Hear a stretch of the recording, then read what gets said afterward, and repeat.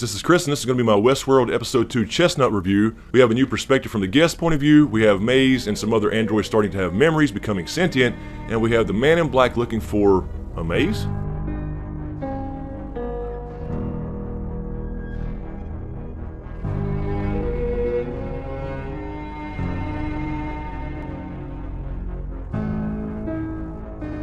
Alright, so let's jump right in, and this episode did not fail to disappoint. As I mentioned last week in the episode 1 review, I wanted to see a little bit more as far as the perspective of the guests, and this time we got exactly that. We got 2 new guys coming in as guests on the train. We got to see their perspective from them arriving to the Westworld facility. They get off the futuristic train. Apparently everybody has their own attractive host that they can hang out with for a little bit. They get their own wardrobe closet, and then they get to actually walk through the door and get on the actual train that takes them into the park. So I thought that was very cool to see that and how they entered the park and what their experience is like. But we also got 2 very different guests, apparently a couple co-workers, William and his friend, and I got a feeling that William's going to be kind of a hero in our story, and I'm going to go ahead and say it now that his friend's probably going to be the first casualty.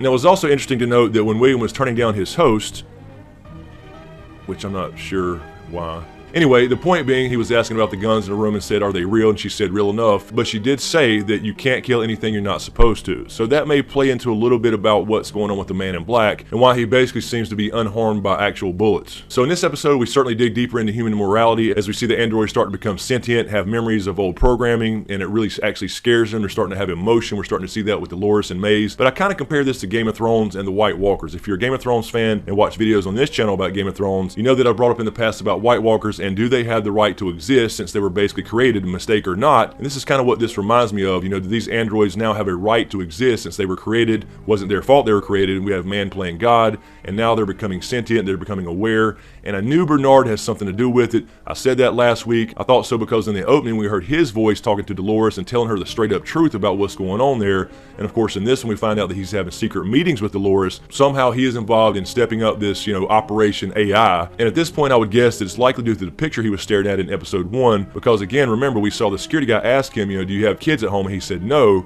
and of course later on he was staring at a picture of a kid. I'm going to presume that's probably his son, probably killed somehow in the real world, and he's trying to make up for that somehow through this park. So Bernard has this conversation and he lets Dolores stay in the park, and of course her daily routine is starting to change a little bit. She's now waking up during the night and walking out to the field. Dolores starts having nightmares with dire wolves of everybody dying. She sees all the dead people in the streets. It's probably a past program. Perhaps it was from last week when they wrote the mini story to kill everybody off so they could pull those 200 androids out to give them inspections before they decommissioned 2 of those, including Dolores' old father. So the wolf represents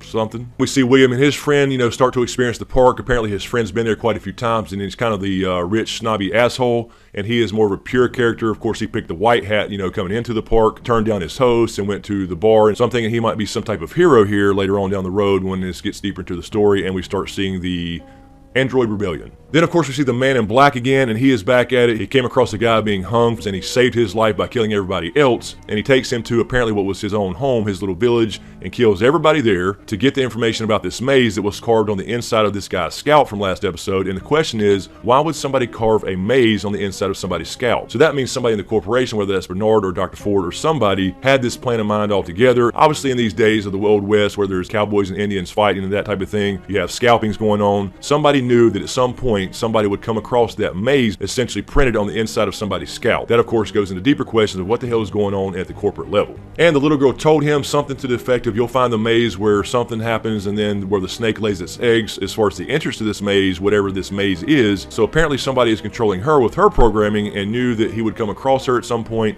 to give him the information to find this damn maze. Now the interesting thing here is that they noticed the man in black this time. So last week we were speculating, do the people that run the park even know about him? Is he a human? Has he been coming there for 30 years, meaning the park? Did he mean Dolores' house? He mentioned he paid a lot of money to come there, but there's still questions about that because he can't be hurt by real bullets. But I think he obviously ties into Maze, who is one of the main characters in this story, because she starts having nightmares after Dolores tells her the Shakespearean line, "These violent delights have violent ends," and that is part of a Shakespearean quote from Romeo and Juliet. So when Dolores whispered that to Maze in the street, that seemed to trigger Maze's own memories and therefore nightmares. And then of course she passed that on to Clementine about how to get out of a nightmare by counting backwards from 3, 3, 2, 1, wake up. And then we see, of course, Maze have her nightmare. The man in black is there after he apparently killed all these Indian raiders. Then comes in, she wakes herself up and finds herself on the surgery table. So although she had been put in sleep mode to have something corrected in her abdomen apparently, she actually uses the trick she taught Clementine and says 3, 2, 1 and wakes up in the facility unaware of this new world and what the hell is going on, and picks up a scalpel, scared to death, and runs through the facility. And we see the basement level where they clean up all these bodies after they get shot every day. But I found it odd that they didn't have some kind of verbal command to just shut her down, like have a deep and dreamless slumber that would get her back into sleep mode. But the point being, it was a bad idea to use verbal commands on these androids. But now she will likely have memories of the real world and really start questioning things. And this is after they upped her aggressiveness anyway within the storyline, because apparently she's not getting enough business. We see Lee, the main storyteller. He has a new narrative he wants to introduce as far as a new storyline for people to experience, and Dr. Ford shuts that down. We see him actually go into the park himself. I thought this was really cool, and it shows him actually playing God here, because he goes up into the park through this cool little elevator out in the middle of nowhere. He runs into what's apparently another host kid, and then he controls a rattlesnake like God. You know, it couldn't touch him, he was just waving his hand. So anyway, it looks like the virus is spreading, so to speak, as far as this little phrase. And of course, Maze shows us that she's learned to wake herself up from these nightmares or dreams, and of course that's when they're in maintenance mode apparently. Therefore, they're learning to override their verbal commands, which is not a good thing for the people that created them. And then of course at the end of this episode, we see Dr. Ford go back into the park again, and he goes back with Bernard this time and says, I have my own storyline that I've been working on for months. And we see the black steeple again with the cross on it. So it looks like he's going to introduce religion into this world. So on top of all the problems they're having with actual hosts and them, you know, starting to retain memories and become more sentient and artificial intelligence being born here, now he's going to introduce another layer of religion as he tries to play God. So this brings into question a lot of morality and that type of thing. And this is a very cool thing about this show. They were created by a man. Now they're starting to come around and understand what they really are. And we'll see more and more of that as, of course, as the show progresses. They're going to start to revolt, obviously, and fight their own creators for freedom, because that's the basic of any sentient being. It's just being able to live free without being under control. They want to get out of the matrix. We have a lot more questions about the man in black. Is he an android because he seemingly can't be touched by real bullets? Is he a paying customer like we seem to think he is? Because he did say he's been coming there for 30 years, he paid a lot of money. So he is a very cool character, because you just really don't know. You know, on one hand you could say for sure he's a guest. On the other hand, you can say for sure he's an android, because apparently bullets bounce off of him and don't even leave holes in his clothes. Now, that brings into question how the guns work in this world. We know that every other host gets shot and they bleed. They have to be cleaned up in the basement, as we saw.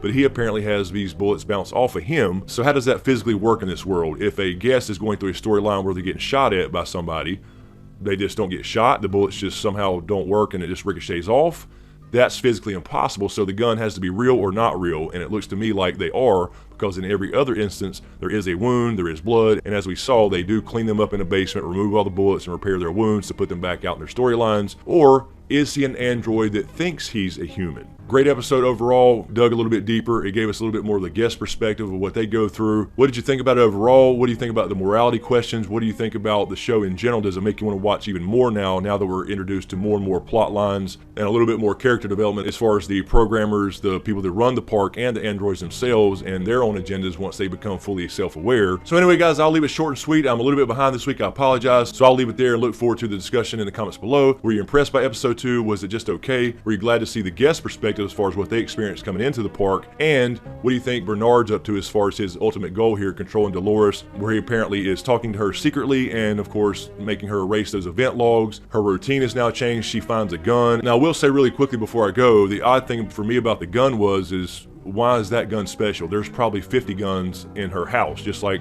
every house in the South. The point being, what's so special about that gun, and why did somebody bury it right there, and who's it supposed to be used against? Or is it a gun that can hurt the man in black? So anyway, guys, let me know what you think in the comments below. Again, thank you for all the support as usual. Remember, smokescreen shirts are now available. We have more designs coming, so check the link in the description below. Be sure to give me a like and a share if you dig what I do here. Thanks for watching, and we'll see you next time.